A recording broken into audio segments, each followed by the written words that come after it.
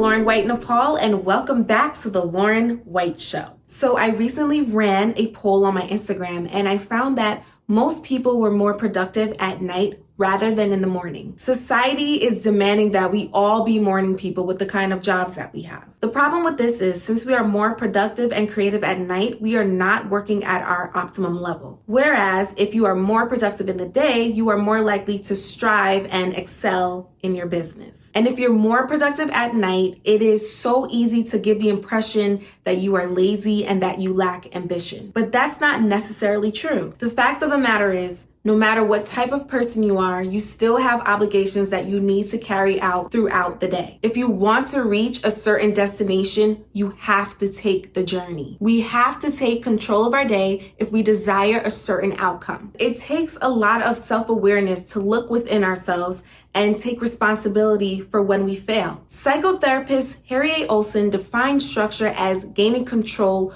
over oneself and environment. What I've come to realize, there is no such thing as time management. There is only self-management. What I mean by this is time is absolute. You can't change time. Everyone has the same amount of time throughout the day. It's because of this why time can't be managed. It can't be changed. The only true difference between someone who is successful and someone who is failing is how they manage themselves with the time that they are both given. If you want to read more about what Harry A. Olson said about structure, I'll post the link in the description. Also, if you like this video so far, smash that like button and don't forget to subscribe. Okay, now let's get back into it. This is a hack that I've been using, and it helped me to create balance in my life and to crush some major goals. I approach my life now with what is called a rhythm chart. The basic idea is just creating pace to your day. This is really cool because it doesn't matter if you are a day person or a night person. It doesn't matter when you start because it works in blocks of time. For example, if you want to read 12 books a year, it simply means you have to read one book a month. If you find that the books have an average of about 200 pages, then this translates to about 7 pages a day. Now, depending on how fast you read, you can block out the set amount of time it will take for you to read 7 pages. Some people might take 7 minutes to read 7 pages or 7 hours to read 7 pages.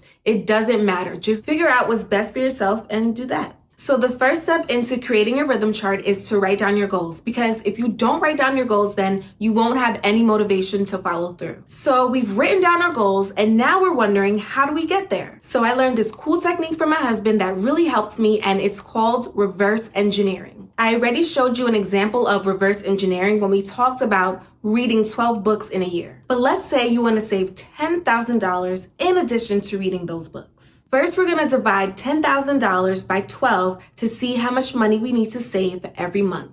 This works out to be roughly $850. Then we divide by 4 to see how much we need to save every week. This works out to be roughly $250. Now we divide by 7 to see how much we save every day. And it works out to be under $35 every day. I tend to round up just in case we miss a day or two, but it works out to be around $30. $30 a day is a lot easier to wrap your head around than $10,000 for the year. This is something that I tried a couple of years ago, and I was able to save well over $10,000 without stressing my budget. And this doesn't have to be $10,000. Whatever the amount is, all you need to do is divide by 365, since there's 365 days in a year, to see how much you need to save. Breaking it down this way will allow you to see that your goals, your dreams, your aspirations are not impossible. You just need strategy. James Clear, author of Atomic Habits, said save to be a little richer tomorrow, read to be a little smarter tomorrow, and exercise to be a little fitter tomorrow.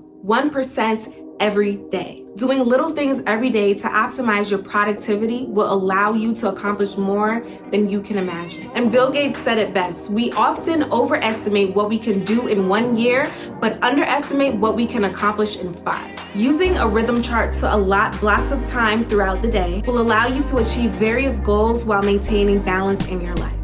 Well, friends, thanks for watching The Lauren White Show, and if you found any value in this video, please subscribe, hit the notification bell, like this video, and comment below.